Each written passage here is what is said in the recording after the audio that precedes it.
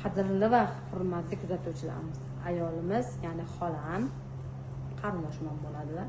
Aynan 73 ga qarab ketyaptilar, 72 yoshdalar. Menga o'tgan yildan beri kelaman deydilar. Chunki men aynan oldimga peshob ushlanmaslik bo'yicha shikoyat qilib kelganlar. Avval aytganman bu narsani.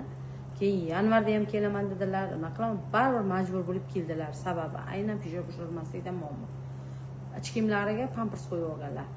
Aynan katta yoshda ayollarda peshob ushlashda juda ham katta muammo bo'ladi. Sababi birinchi o'rinda sfinkterlar bo'shashni boshlaydi, ikkinchi o'rinda o'sha estrogenlarda kamayishi hisobiga qin devorlarining tushishi bo'ladi. Buni natijasida aynan kelayotgan peshobni ushlash qiyin bo'ladi.